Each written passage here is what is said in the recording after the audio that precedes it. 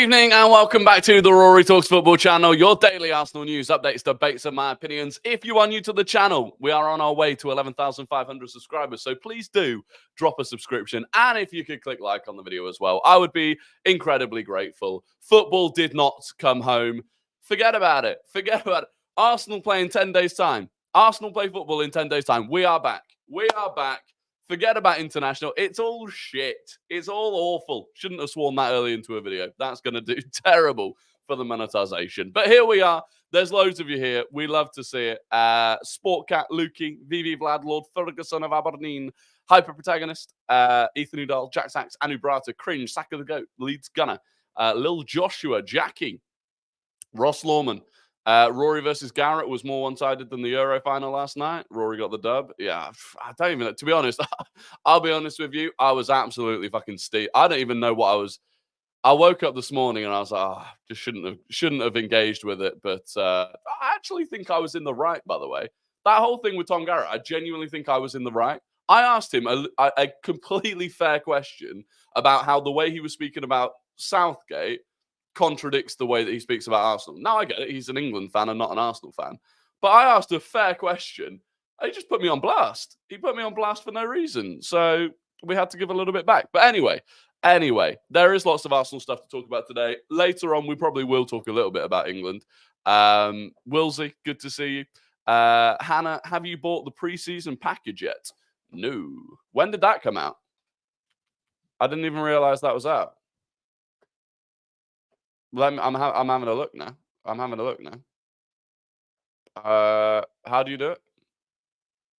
Okay, this is bad content. I'll come back to it. How much is it? How much is the package? Hopefully it's not too bad. He got cooked.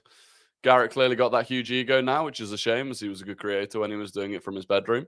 Yeah, well, by the way, what is wrong with filming videos in your bedroom? I mean, we no longer do film in the bedroom, but what's wrong with that? 10 quid? Oh, 10 quid's decent. 10 quid is decent. Who's better, Zubamendi or Merino, in all honesty? Well, they're two very different players. I think I'd prefer Zubamendi, I think. But they are different players. It's interesting. We'll talk about Merino.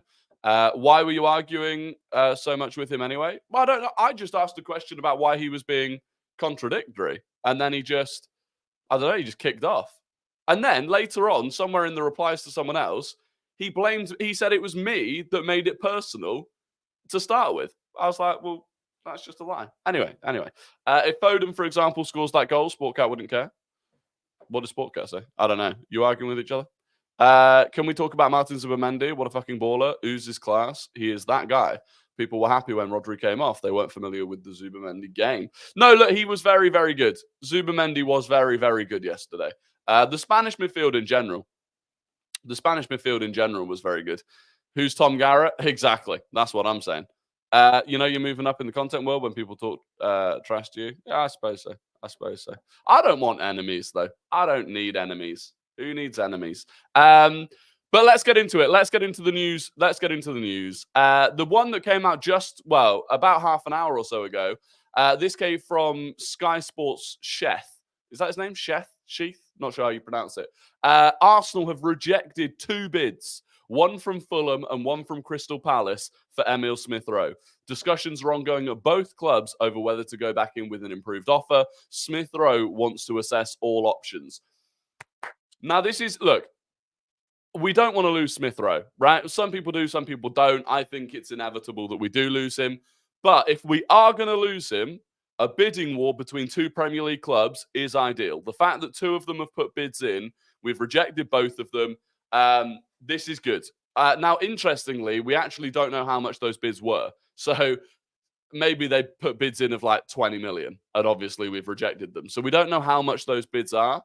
But yeah, look, the more clubs that are interested in him, the more clubs that are bidding for him, the better. And the fact that there are already 2 of them that we've rejected is very, very good. According to Sam Dean, it was only Fulham who put a bid in. Yeah, well, he didn't specifically say that Palace, as far as I'm aware, he didn't specifically say that Palace haven't put a bid in, which I assume just means the only one that he actually knows about is the Fulham bid. But either way. Do you know what the bid was? No, we don't know what the bid was. We do not know what the bid was. I don't believe anything from Sky Sheth. To be honest, nothing from Orny yet. No, Ornstein's not said anything on it. That's true. 25 million for ESR is a joke. Reportedly, what Arsenal are looking for, 30 million minimum, or you might as well keep him. I think we'll get 30. I think we'll get 30. 100 likes in the first 5 minutes. Come on, people. Yeah, come on. There's 200 of you here. If half of you click the like button, if you want to be on the good half, click the like button. That puts you on the good half. Sensational. Rory, weird subject. I live in America. Did you see that Trump was almost popped? I did see that. Very, very, very lucky to be alive. If he hadn't turned his head at the exact moment that he did, he wouldn't be with us. And that is, look, whatever side of the political spectrum you're on, that is frightening. And yeah, it was pretty crazy. I mean, look, as someone who kind of not lives on social media, but someone who's so active on social media, when that started happening on Friday, was it Friday? No, Saturday night, right? Yeah, when that all started happening, that was crazy. In terms of like the social media, crazy stuff. Absolutely crazy stuff. Was it orchestrated? No, you can't orchestrate a shot like that. You can't. If it was, this is the thing, and I don't want to get into this, but the whole conspiracy theory about it being staged, if it was staged, if you think it was staged, what you're actually saying is you think the entire United States Secret Service is compromised and we're willing to go through with that. And that's Joe Biden's Secret Service. It means you think that they're capable of staging a gunshot, and it means that they were happy to kill 2 people for a staged thing. Absolute tinfoil hat stuff. Anyway, carrying on with the Arsenal news, we got a little bit off topic there. Sam Dean wrote quite a lot today, but one of the things he mentioned was that Arsenal are plotting a move for Real Sociedad midfielder Mikel Merino. Arsenal's interest in the player predates the start of Euro 2024. It has been claimed in Spain that Sociedad would want around 20 million for Merino.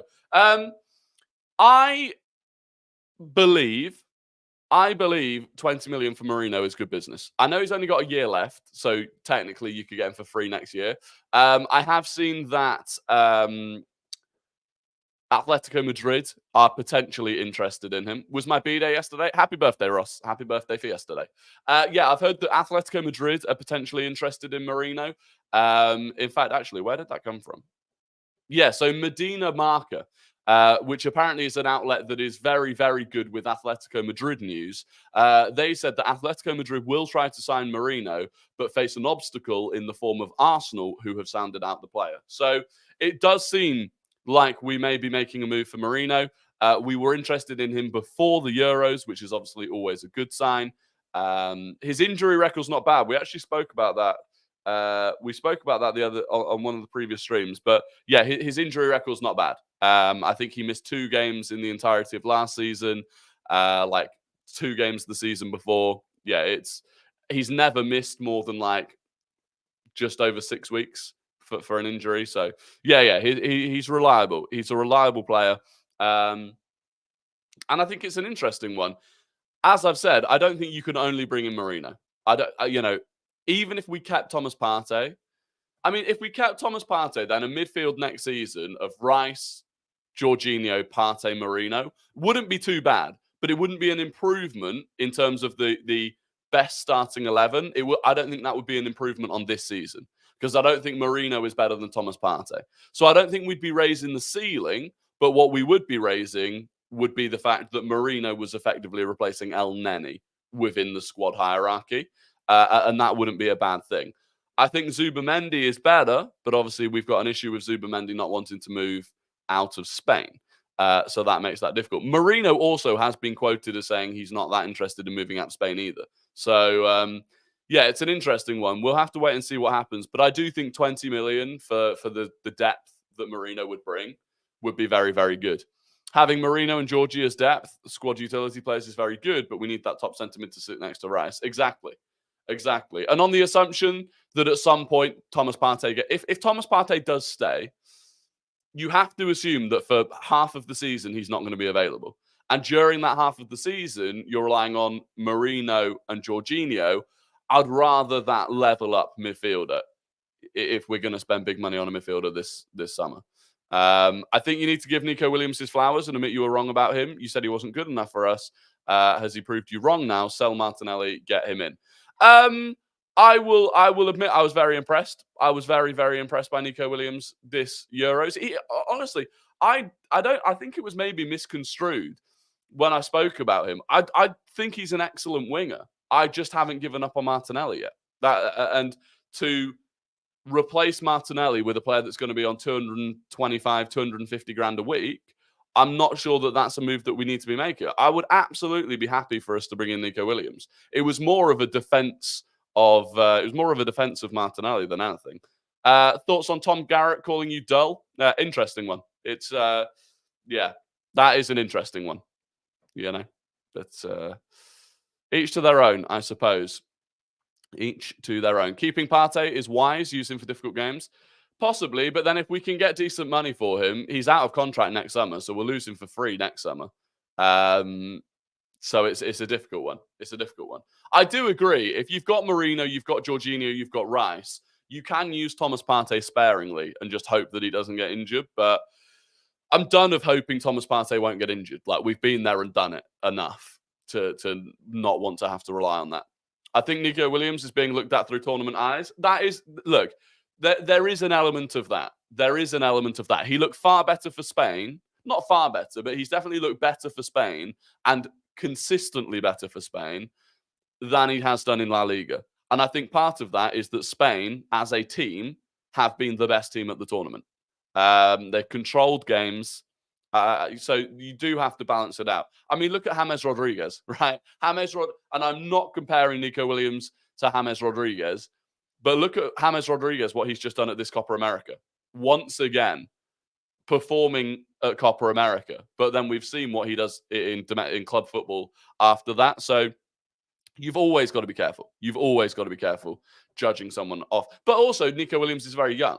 So you can expect a level of inconsistency in a young player. And you know, that's maybe what you see in La Liga. Look, if we went and got Nico Williams, it's not my money. It's not my money. I would be slightly concerned about the wages, but I think it would be a big upgrade. It would be certainly a big upgrade to the level of the overall squad. Again, Nico Williams is better than Reece Nelson, right? I think Yamal deserved Young Player of the Year, but didn't think he could win Young Player of the Year as well. Do you mean Player of the Year or Player of the Tournament? Carvajal, 4th in the Ballon d'Or rankings, is a joke. Yeah, Ballon d'Or has fallen off, I suppose. Do you expect at least one signing this week? Yeah, look, I'd be surprised if Calafiori didn't get done by the end of this week, to be honest. Calafiori returns from holiday on Friday, and I'm expecting him to return from holiday pretty much to come and do his medical at Arsenal. That's what I would imagine Arsenal are looking at that. Yeovil's back. There he is. Bless his little heart. QN Calrino. Now, this I've never heard of this outlet before, QN Carlino.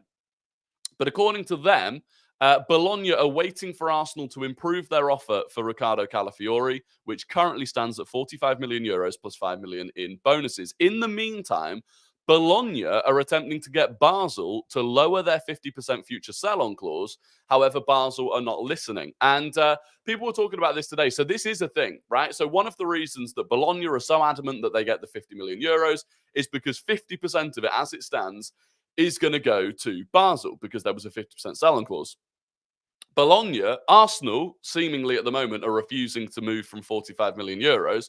Bologna are saying to Basel, well, if you take that 50% down to, say, 40%, that covers the extra 5 million-ish. We'd then be happy to make the deal with Arsenal, and it will all get concluded. And that is a thing. I don't like that is a thing, right? I think Basel put in a 50% sell-on clause. They should get their 50%. That was smart business from them. But it is a thing that happens. An example was Max Kilman. So when Max Kilman was sold from Maidenhead, who are a non-league team, to Wolves, they put a 20% sell-on clause in. West Ham obviously went and bought Max Kilman for 40 million, but to get that done, Wolves turned to Maidenhead and said, we need you to reduce that sell-on clause from 20% to 10%. And they did that, which basically cost Maidenhead 4 million quid in the sell-on clause. But Wolves will basically have said to them, you can either get 10% of 40 million or you can get 20% of nothing. And that is potentially what Bologna are doing to Basel. They're saying, well, there's an offer for 45 million euros. You can either get 40% of that, or the deal doesn't happen and you can get 50% of nothing, which I think is it's not dodgy business. I don't think it's particularly gentlemanly. But is 50% sell-on clause normal? That sounds insane to me. I wouldn't say it's normal. It's a high sell-on clause. I wouldn't say it's normal, but it is a thing. There are 50% sell-on clauses that exist. Rory, do you know that they only paid 4 million for him? Cali, yeah, Bologna paid 4 million from Basel, which was part of the reason probably that they gave a 50% sell-on clause. Italian owners are out of their minds sometimes. True. Lawrence, are you worried about the lack of incomings and outgoings? Not yet. Not yet. I think things will speed up. Now that the Euros and Copa America are done, I think things will speed up. In terms of that, by the way, today we've announced 2 departures. So Sambi Lokonga has officially gone on loan to Sevilla. It's a season-long loan with a 12 million euro buy option, not an obligation. The salary is covered in full by Sevilla, so we've got his wages off the books. And also, if Sevilla activate the buy option next summer, we will also then have a 25% sell-on clause if they sell Sambi Lokonga in the future. So that wouldn't be too bad. If we get 12 million euros back for Sambi Lokonga straight off the bat, and then we get 25% of whatever he sold on for in the future, I don't think that's too bad. And then Nuno Tavares has been confirmed as well. Simon Collins saying Nuno Tavares loan deal to Lazio has been confirmed. It will be made permanent next summer, and Arsenal will bank around £7 to £7.5 million. The deal also has a significant sell-on clause for Arsenal worth in excess of 25%. So again, Nuno Tavares, we're getting £7.5 million for him. And when Lazio go and sell him again in the future, we'll get 25%, at least 25% of whatever that is. So look, these are deals which in the short term, obviously we're getting very little for them. Long term, they're not bad deals, right? It's fine. For both of them, we'll kind of make our money back. It's fine. It's fine. I think the fact that there's, bids in for Smith Rowe, that will either happen or won't happen pretty quickly, I reckon. I'm expecting Nketiah, Marseille already had interest in Eddie Nketiah. I think Aubameyang is on his way out of Marseille. So again, they're definitely going to need at least one striker coming in at Marseille. Get them a permanent sale. Well, Nuno Tavares basically is a permanent sale. It's a loan, but with an obligation to buy. So it just means he's going to, the purchase will go through next year instead of this year, but it basically is a sale. Rory, have you seen he was supporting Spain last night? No, I didn't see that, but it doesn't surprise me. Who will play in goal for our first preseason game? Good question. Well, it might be Carl Hayne. It might be Carl Hayne because Carl Hayne's not gone on loan yet. So I would imagine it will be him. It might be, it could end up being Nygaard. It could be Tommy Setford. Tommy Setford from Ajax is due to have his medical in the next coming days. So yeah, there will be a few of them, but there won't be a senior goalkeeper. There will not be a senior goalkeeper in time for Bournemouth, I would imagine. I don't agree, Rory, on Sambi. I understand Sambi killed our leverage, but we can't accept the option to buy. Really needed it to be. I agree with that to an extent. I do agree that it should have been a mandatory buy option. There are 330 of you in here. If you could all click the like button, that would be absolutely sensational. And if you're not already subscribed, when I started the stream, we were about 10 subscribers away from 11,500. So if you can tick it over to 11,500 as well whilst you're here, that would be sensational. That might cheer me up just a little bit after last night. There you go. Don't forget to click the like button. Absolutely. I appreciate that. Any other news today? Was there any other news today? Yes. So again, according to Q and Carlino, which was where the thing about the Bologna sell-on clause stuff to Basel, they also said that Arsenal offered Jakub Kiwior on loan with an obligation to buy to Bologna in an attempt to break the deadlock in negotiations. However, Bologna rejected the proposal. So we tried to throw Jakub Kiwior in there somewhere with some sort of, I think it would have gone through as a separate deal, but it was basically like, look, get this over the line for 45 million euros. We'll give you Kiwior on loan with a decent buy obligation. But Bologna weren't interested in that. So that got rejected. Get Bruno G, please, not Merino. He's not good enough. Well, I'd take both of them at this point, right? If you get rid of Partey, you bring in Bruno G and Merino, and then the midfield next season is Rice, Bruno G with Jorginho and Merino. I think that's decent. Almost as many likes as Man City has charges. Vamos. What does medical mean? So before a player signs for a club, they have a medical. So if you're going to sign a player, you bring him in, your doctors and your physios will assess the player, look for any injuries that they may not known existed, go through all of their fitness, stuff like that. Usually, players pass a medical pretty easily, but on occasions, they don't. In fact, an interesting one very recently was Guirassy. Guirassy was due to go to Borussia Dortmund, went and had his medical, and they found an injury that they didn't know existed. And so then, obviously, you don't want to buy a player with an injury that you don't know about, right? It's like it's like buying a car and then finding out that part of it's broken. You don't want that. Is there a chance to sign Osimhen? Napoli want to sell him. I get the feeling Arsenal are waiting. Yeah, I think Arsenal are waiting. I think there are quite a few clubs, actually, that are waiting. I think Man City are waiting. The fact that Man City haven't spent anything yet, I mean, technically, right, according to PSR, Man City can actually spend about 300 million this summer. Like, they're well beyond their PSR, the limit. So they can actually spend a lot of money. I think they're waiting. I think there's quite a few teams that are being patient and waiting for prices to come down, because you're right. I think the Osimhen price will come down. I think the Gyökeres price will come down. Interestingly, I think I saw PSG wanted to buy Kvaratskhelia and Osimhen for like 200 million euros, which would be an interesting one. But yeah, these are all ones to keep an eye on, I think. Did you see what happened before the Copa America final? Yeah, crazy. Colombia fans climbing up through the bottom of the stadium, trying to climb over the walls. Crazy. Absolutely crazy. I do slightly worry about the next World Cup. Given some of the things that we've seen during Copa America. It's slightly concerning. And look, not to say that, we've not had similar issues at Wembley. They've certainly had similar issues in Paris. So, it's not just America. But with all of these high sell-on clauses, we will see a massive increase in transfer fees in the coming years. Having a full top-quality young squad by next summer will help us prevent overpaying in the future. I agree. Look, some of these bits of business, they're like, they're not like instantly gratifying, because it's not like, okay, we've just sold a player for 20 million, but over the course of the next however long, we might actually end up making that 20 million. It just doesn't all happen instantly. There we go. 11,500 subscribers. Thank you very much. On the way to 12,000 subscribers now. You'll love to see it. Yeah, the security at the games are bad. Lenny Yoro has rejected Man United and will wait for Real, according to French media. Interesting. Twitch stream tonight. To be confirmed.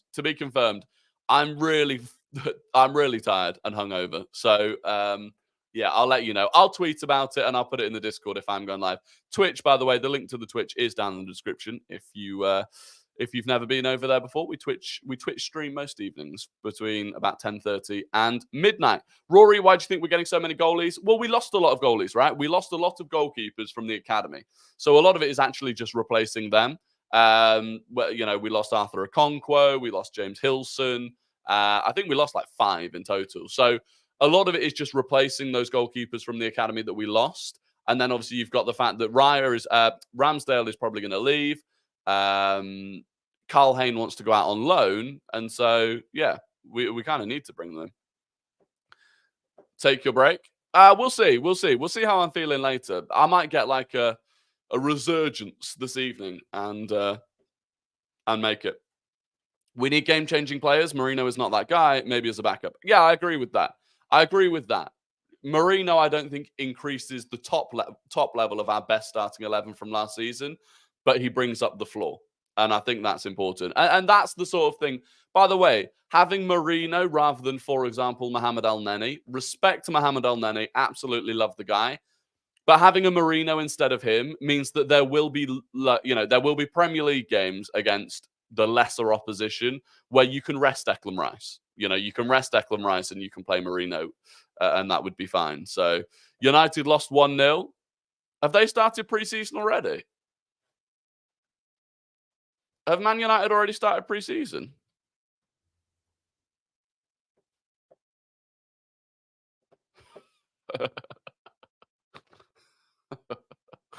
I mean, in fairness, Casemiro started. Okay. I mean, so Wan-Bissaka played. Evans, Mount, Casemiro, Rashford, Mabry. It wasn't like it was a bad team. Who did they bring on? Oh, they brought on a load of kids, in fairness. Like, it happens. It doesn't mean anything. It doesn't mean anything. Tra-la-la-la-la-la-la. Oh, Rosenborg. Tra-la-la-la-la-la. But that is, I mean, Casemiro, Rashford, and Mount starting. Okay. Actually, whilst we're over here, right? So I wanted to show the what's going to happen with Arsenal, because something that I do think is a little bit concerning. So we play against Bournemouth. We play against Bournemouth in 10 days' time. That's when our preseason starts. Bournemouth in 10 days' time. Bukayo Saka just finished the season having played 4,500 minutes of football. Declan Rice, including the game against Iceland, the final preseason, the final pre-Euros game against Iceland, where he played the entire 90 minutes. Declan Rice played every single minute for England. In total, including that Iceland game, he's just played 780 minutes of football during the summer. And in 10 days' time, we start again. So obviously, look, the likes of Saka and Rice are not going to be playing against Bournemouth. I don't even think they're going to go to America. Now, according to Tom Canton, you know, a lot of you might know who Tom Canton is. Gooner Talk. Bukayo Saka, Declan Rice, Aaron Ramsdale, and David Raya are expected to return to Arsenal in roughly 3 weeks following the conclusion of the Euros. This gives a rough date of return of the 5th of August. So we play on the 31st of July against Liverpool. So they aren't going to go to America, in my opinion. We then play Leverkusen on the 7th. We play Lyon on the 11th. And then on the 17th, the season kicks off. So realistically, and this is it, right? Okay, so they get 3 weeks off. And that's the maximum, really, that they're going to be able to afford to take is 3 weeks. That brings them back in just in time for the Leverkusen game. Then you've got the Lyon game, and then the season starts. So, because it's not just about, you know, having your break. You then also need to come back into the preseason and ramp yourself back up again, right? You take 3 weeks off.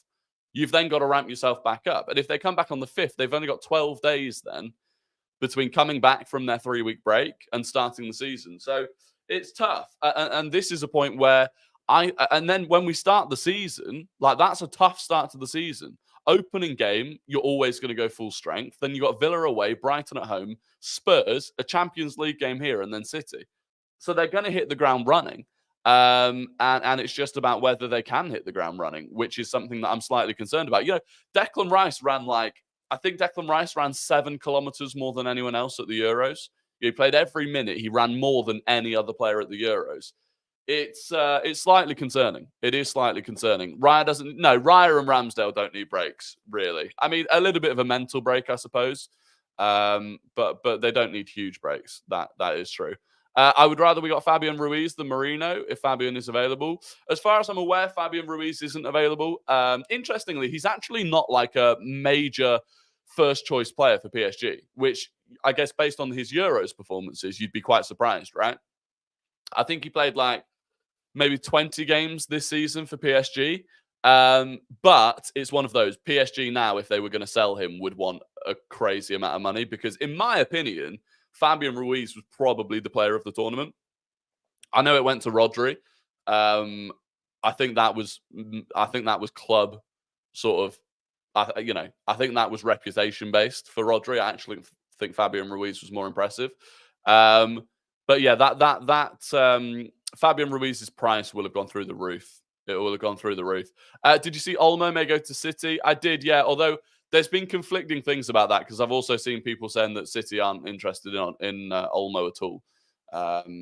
So we'll see. Xavi Simons. Who was it?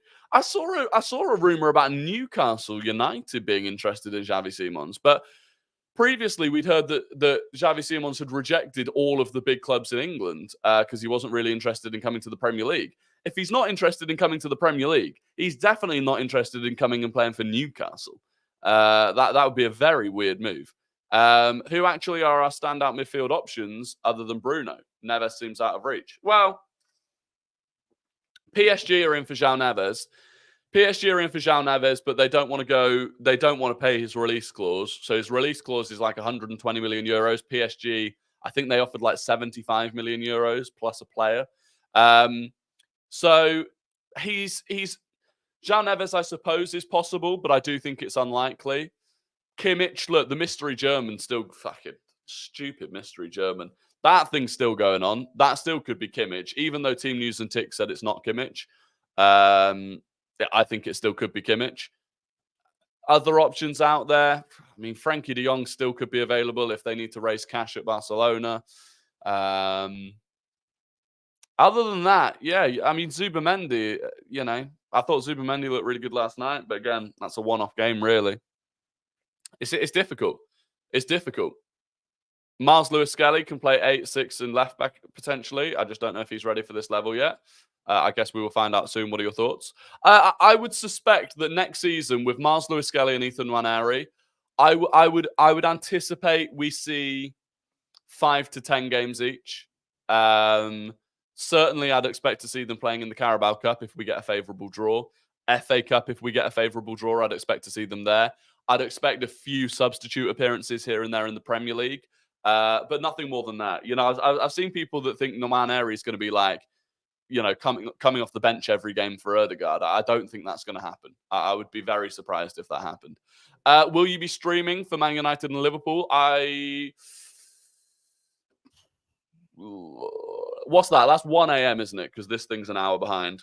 1 a.m. Yeah, we'll probably do it.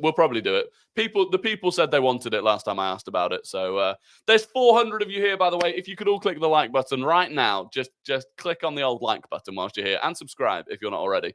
That would be fantastic. The streams have been flying recently. I genuinely am very, very grateful for how well these streams are doing. We're here 6:30 every single evening talking about all of the Arsenal news, discussing. And I'm excited. We're not that far away from the season. We're actually not far away from the season. Preseason will be interesting with Skelly and Nwaneri. It will be. I think the Bournemouth game will actually be interesting, just because, a fair amount of our senior players didn't go on international duty. I think people don't realise, but the amount of players, other than the goalkeeper, you've got Ben White, you've got Tomiyasu, Kivior will pretty much be back at this point, having gone out of the group stages, or he'll be close to being back, maybe. Timber will be there. Timber will be a big fixture, by the way, of pre-season. I'm buzzing to see Timber back in pre-season. Are there VODs on Tifo? There are VODs on Tifo, yeah. Midfield-wise, actually, we're a bit short. We got Ødegaard, Fabio Vieira, Smith Rowe. That's actually it, isn't it? Charlie Patino, I suppose. And then the attackers, Reece Nelson, Eddie Nketiah, the youngsters. It'll be interesting. It will be interesting. I swear if the mystery German is some random guy. I just don't think it will be a complete randomer because it would make no sense to keep it all quiet. Jorginho? Well, Jorginho was at the Euros. Left in the group stage again. So, yeah, he'll be back relatively soon, I expect. João Felix on paper is a Ballon d'Or winner. What do you think is the problem with him? And can Arteta revive him? João Felix, for me, is just a luxury. He's a luxury player that maybe you can get the best out of, but I'm still not sure exactly what it is that João Felix adds to a team. Yeah, he looks wonderful on the ball, and when things come off, he looks wonderful, but not for me. Not for me, to be quite honest with you.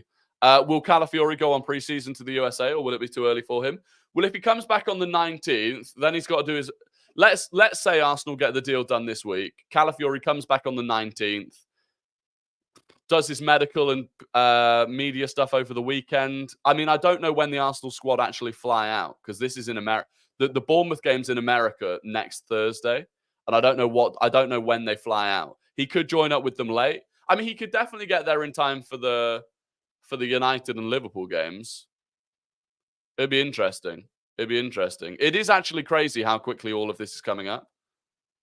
It is crazy how quickly all of these things are coming up now.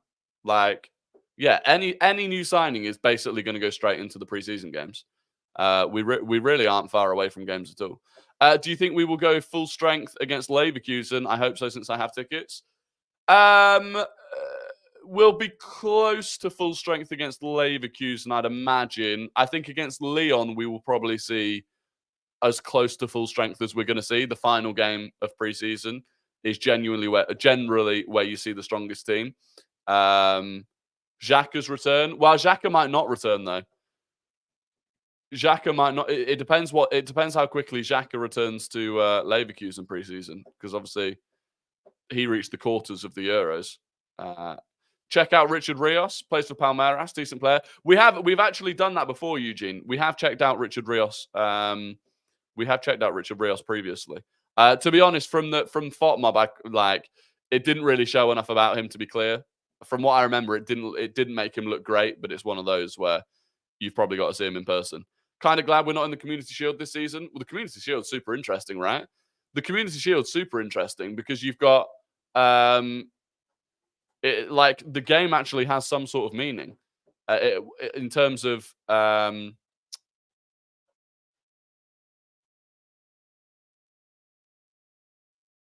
No, I'm chatting shit. I got confused then. I was thinking about this. I was thinking about Chelsea facing Man City in pre-season, and then they faced them at the start of the season. But it's Man United in there. It's Man United in the Community Shield, isn't it? So I'm just chatting shit. Blame it on the hangover. Anyway, it is time for Guess the Gooner, the game where I give you 5 clues about an ex or current Arsenal player, and you have to guess who that player is in the chat. First person to get it right wins the immense pride and respect of the Rory Talks Football community. So get your fingers on your keyboards, because we are starting now. Clue number 1, this player joined Arsenal for free. Clue number 1, this player joined Arsenal for free. Clue number 2, they are 40 years old. Clue number 2, they are 40 years old. Clue number 3, they scored 14 goals in 67 games for Arsenal. Clue number 3, they scored 14 goals in 67 games for Arsenal. Clue number 4, they won Ligue 1 with Bordeaux. Clue number 4, they won Ligue 1 with Bordeaux.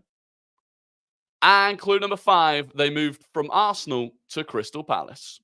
Clue number 5, they moved from Arsenal to Crystal Palace. Who is the player? I'm going to make sure I don't get VAR checked whilst you're getting your final guesses in. The mystery German player might be Dani Olmo because he's moving from Leipzig. Possibly. Yeah, I hear the Dani Olmo shout. The winner is Chilly Willy.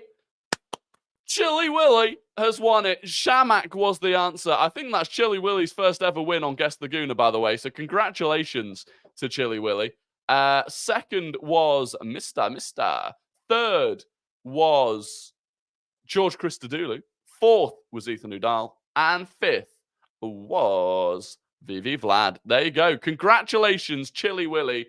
Dio, thank you very, very much for the $5 super chat. Dio, I really do appreciate you. That is incredibly generous. And he says, smash the like button, people. Exactly. Do as he says. Smash the like button. Let's try and get to 200 likes. Why not? Let's go for it. But no, Dio, seriously, that's very, very kind of you. Thank you very much. Chilly Willy, nope, second win. I changed my name. There you go. It was a name change. Chilly Willy with the name change. So it's actually his second win. But congratulations. There we go. Spot on. VAR. Check complete. Goal given to Chilly Willy. Anyway, now it's time for Guess the Non-Gooner. I'm going to give you the entire career path of a player who does not and has not played for Arsenal. And you have to guess who that player is in the chat. First person to get it right wins the immense pride and respect of the Rory Talks Football community, but not as much respect as Chilly Willy currently has. This player started their career at Atletico Madrid. This player started their career at Atletico Madrid. They went on loan to Rayo Vallecano. They went on loan to Chelsea. And they are just about to move permanently from Atletico Madrid to Sevilla. So, Atletico Madrid, loan spells at Rayo Vallecano and at Chelsea, and they're about to move to Sevilla. Who got it first? It was... It was VV Vlad. Of course it was. He wasn't leaving today without some sort of win. VV Vlad wins it. Congratulations, Vlad. Second was Sportcat. Third was Ethan Udall. Fourth was Floki. And fifth was Ryan Henderson. So there you go. By the way, I completely nearly spoiled it earlier on, when I was reading the things out, when I read that thing from Medina Marca, the actual thing I was reading says Atletico Madrid will try to sign Merino to replace Saul, but face an obstacle in the form of Arsenal. And I nearly read that part out, and then I was like, nah, some smart people will realize. Euros hangover will be back tomorrow. Yeah, Ross, no win for you today, unfortunately. That's embarrassing for Sportcat's fuming with himself. Sportcat, I gave you a Chelsea. I gave you a Chelsea player. I tried to hand it to you, Sportcat.